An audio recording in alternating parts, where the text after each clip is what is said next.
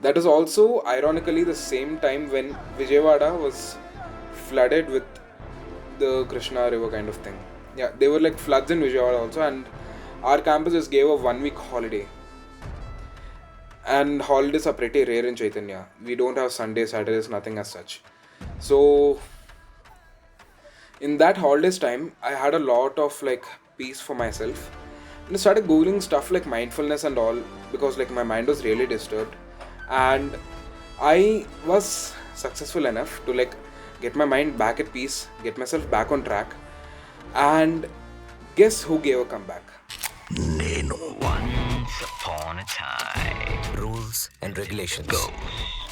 Nakulev. Once upon a time, there lived a ghost. He's not a myth anymore. Everyone was in shock that this guy who was supposed to be like broken down, he's done and all, he suddenly is like scoring higher even than before. Like, I just somehow peaked so good. Even the top 1 and 2 guys, they started shaking. Even the faculty who kind of like judged me and all, they were shaking. The administrators themselves were like, congratulations, you did a good job on this test. And that kind of phase just went for a few days. It went for like a few weeks, I guess about a month. And after that, guess what happened again? Organic chemistry. So organic chemistry came during my revision, and I was weak in it, and it pulled me back down. But still, I was in the top 5 or top 6, so I was like, okay, let's just do whatever it is. And I just went on and on. Came December, and in December I was like, okay, the time we have been waiting for is here. JEE Mains Session 1. I had this kind of anxiety and those kind of numbness that you feel in the mind, but somehow I was able to like do not as big as how I expected, but I did a decent job. I got 99.38 percentile, and then I started preparing for some other exams. Some of them were BITSAT, IIT, CMI, UGEE, and I don't even remember a few at this point.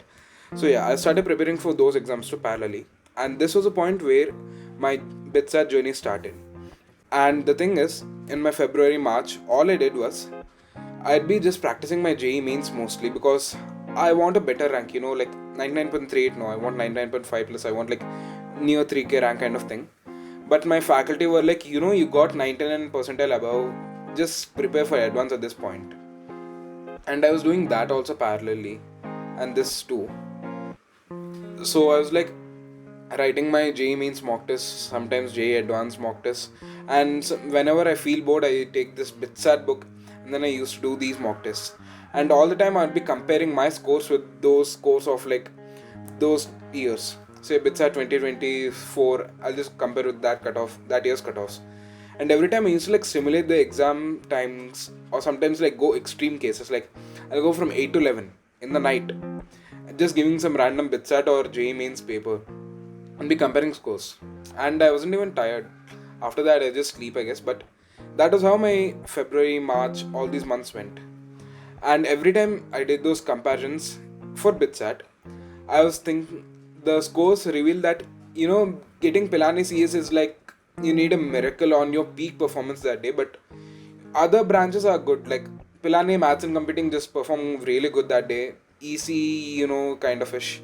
Other Goa and Hyderabad CS, yeah, I'll get in most probably, and kind of stuff. The same thing kind of reflected in the last BITSAT, but still, that's a different story. So that was how my few months went before my mains 2. Mains 2, I just only got like 0.04 percentile of improvement, but still whatever. Now it's like below 9k, it's like 8.8k now. And I was like happy. I'll just check all the NITs that I could get. I was getting NIT Rourkela Electrical, or like NIT Calicut Electrical also, but like nearby. That is some approximations that I could get. And then I started preparing for my advanced. And also during this revision time, we had these books. Like for maths, I used Black Book and this. I'm just doing those book that my Chaitanya guys gave, which is a question bank of some famous coaching industry. And yeah, we used to do that. I used to race with those toppers because they only gave for maths and physics, because chemistry there was no good faculty. And yeah, I did that, but still I wasn't like really doing that. I was just competing with them, racing for a few days. Then I started taking it very light, but yeah, whatever. And then came my advanced day. I remember this date, 18th of May 2025. There were two papers, and first paper I went in. I was solving the paper and I realized the chemistry paper was easy. And for those who didn't understand what I meant, if there is a tough subject in an exam and you're somehow feeling that the questions are easy, there are only two reasons that are possible. Just two. One, you're making a lot of mistakes and you'll get a lot of negative marks. Two, the paper actually is really easy and other people will be scoring even higher in it. The second case was what happened, and I understood that by the end of first paper that it's not in our control, it's going a bit off. And in second paper, I somehow realized that I have to like grab onto this paper, I have to like score good in this. But it was Vijayawada, it was summer, it was an afternoon. I wasn't that good hydrated, and even if I was hydrated, I would have to go to the washroom, which would cost me a lot of time. And somehow the physics paper of the second part felt easy. And now here's another backstory. 2 days before my JEE Advanced, which was conducted by IIT Kanpur in my year, I did the advanced paper of 2018, which was also conducted by IIT Kanpur. I got 40 plus in both of the physics papers, and I was getting like a rank prediction of near 2k to 2.1k. So I thought, okay, the second paper is in our control, and I started writing it, acing it and stuff. And I attempted for like 41 marks out of 60, except that I did one small silly mistake. For one multi-correct, I got one of the options as right, but I misclicked on another option, and instead of getting +4, I got -2. So yeah. But besides that, I got 25 out of 60 in that paper, which people are saying is a tough paper. So yeah. It was a tough paper, bro. It was a tough paper, come on. And yeah. After that came my other few exams. Say CMI came, IIT, and as a aptitude test. CMI, it's kind of, I just messed up. I got like 10 marks below the cutoff, but it's a school for Olympiads, okay? It's only for Olympians. And my IIT score, the ISER one, I wrote this in Hyderabad, by the way, because like my CMI didn't have a center in Vijayawada and both of them had like nearby dates. So I wrote it in Hyderabad. That was the first time I came to Hyderabad actually. And then I wrote the paper. I got like 913 something. And the thing was, I got full score in both maths and the physics paper. I got 35 out of 16 chemistry, and I fluked 8 questions, out of which 4 were right in biology, so that gave me 12. My total rank was 913 ISER aptitude test. And my advanced results also came after my BITSAT session 1 also. I'll be right back. My advanced result was 8241, my AR, general male category.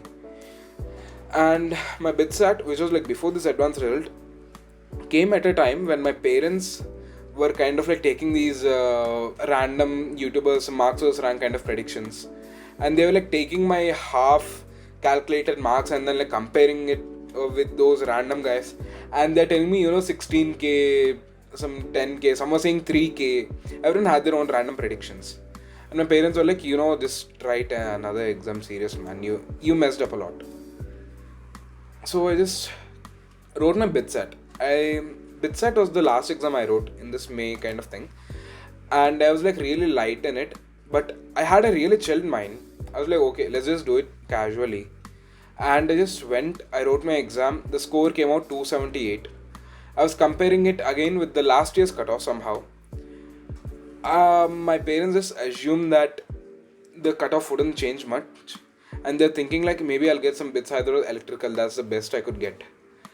And guess what I got? BITS Hyderabad computer science. Yes.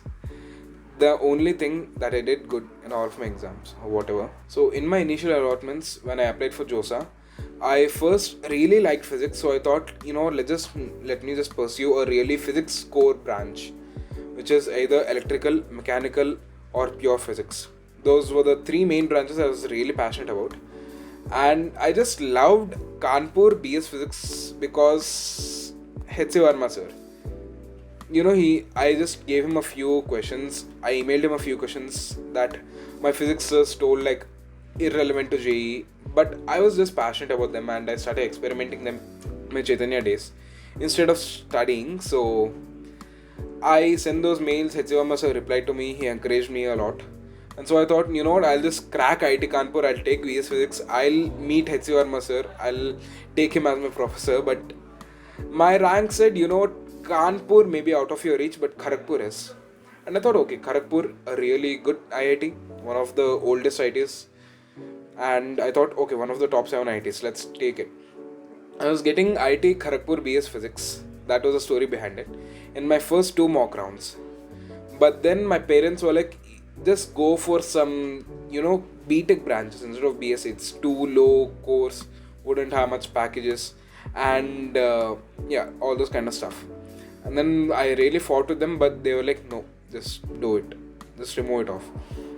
And then I removed it, I put it down in like a really low place. And then in my first official like proper JOSA round, I got NIT Rourkela Electrical. Again, I was happy because, NIT Rourkela, one of the biggest NITs or one of the biggest engineering colleges of India, and electrical is a really good branch, and that too in the top 5 IITs also, NITs.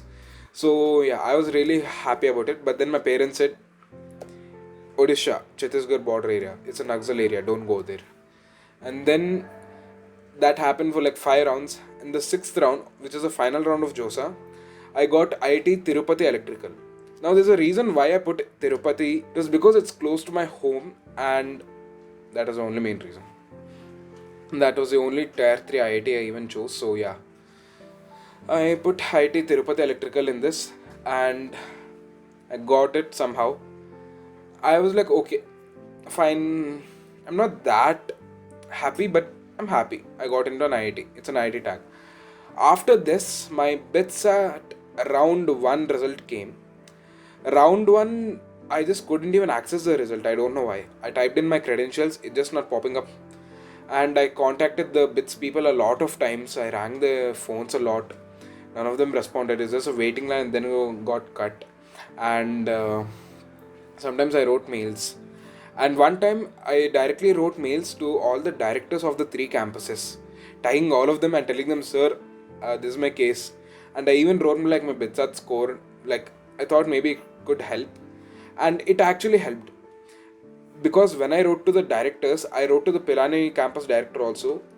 And Pilani campus was the one responsible for these BITSAT results and all. So they responded later. They gave me a mail saying, we are still scrutinizing your class 12 board marks because like you're so near 75%, we need to like figure out. Plus I did a few mistakes in like filling up my 12th marks. They figured it out, and round 2 I got my result, BITS Hyderabad CS. But the thing is, by then I already got an IIT, so I couldn't even like take a partial drop or something. It wasn't even in mind, but I couldn't withdraw from JOSA, so my 30,000 there is gone. But then when I got BITS Pilani Hyderabad campus CS, that time I was again really happy, and I finally made it here to BITS Pilani Hyderabad campus. And that was my JEE and BITSAT journey. Thank you for watching, and please do like, share and subscribe, and thank you. This is your BITS in Baba.